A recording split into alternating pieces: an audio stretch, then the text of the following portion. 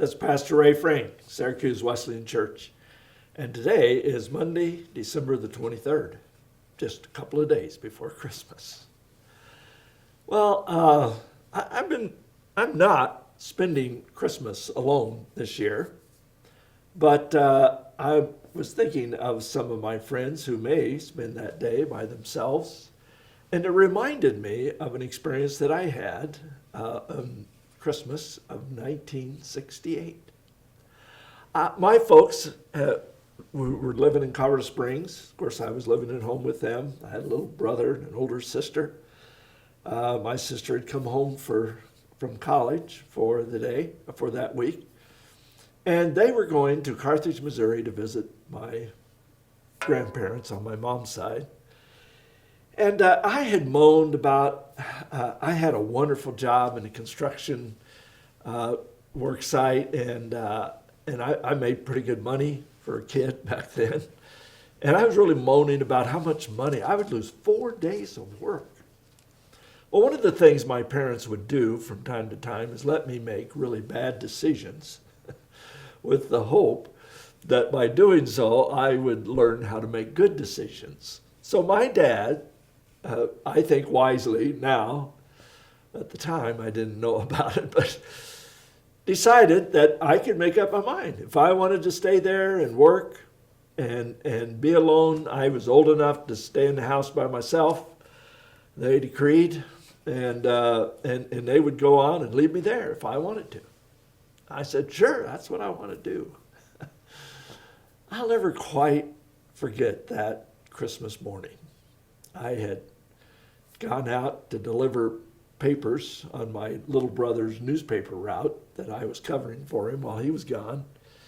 And then I'd gone back to the house and had a cold bowl of cereal and realized, the boss had decreed that nobody was going to work that Christmas day. And so here I was all alone at home by myself, 16-year-old kid, and wishing I could think of something to do.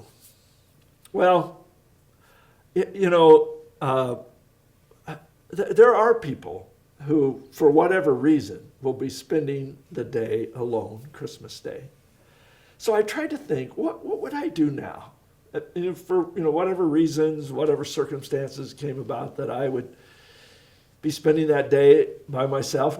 I'm not having to. I'm thankful for that. But here's I thought of, well, what would I do? So here's some ideas.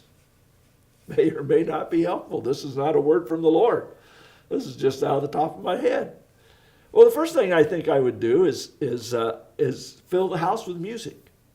I think it's a pretty bad deal to be spending time alone in your house with total quietness. Especially, in our day and age, having good music available is, if you have an iPhone or any kind of a smartphone, if you have internet, you have access to unlimited amounts of music. So fill the house with great music.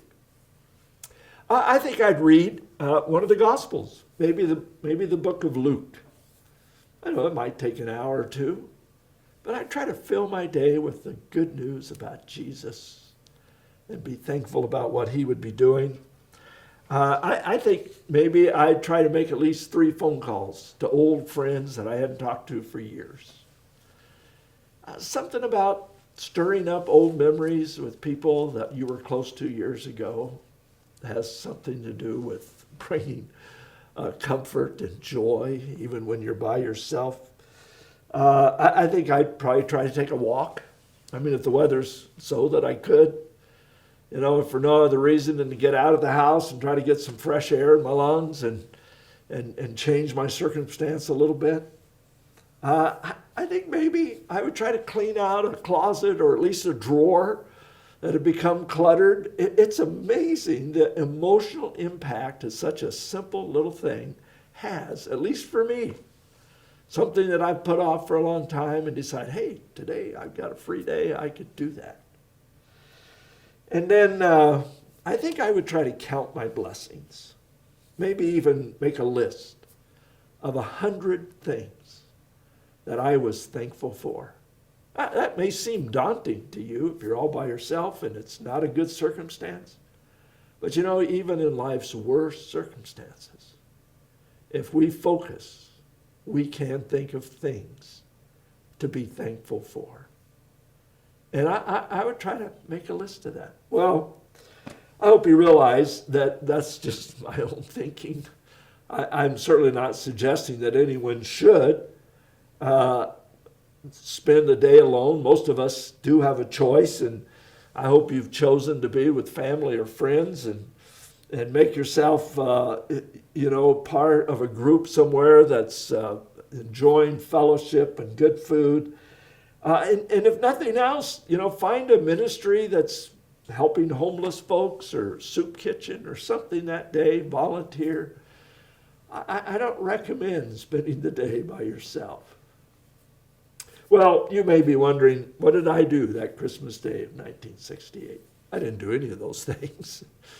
Actually, I'd only had about an hour, and it was a sorrowful hour for me. But then my wonderfully kind and sweet Aunt June called me up and said, Raymond Lee, you want to come over to our house for Christmas dinner today? What a joy it was. So instead of being by myself, I was with cousins that I loved and my aunt and uncle. I don't remember who else was there, probably Grandma, Frank. I don't know who all was there, but we had good fellowship and good food. And I rejoice for the memory of that day. Just a couple weeks ago, I visited my Aunt June. She lives by herself in a retirement home now, close to her daughters, which is a wonderful thing. But I hugged her pretty tightly as I left that day.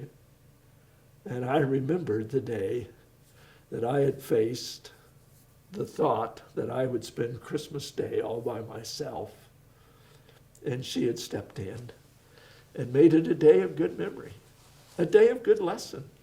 I hope I've learned my lesson that family and friends are far more valuable than making a buck at a good job.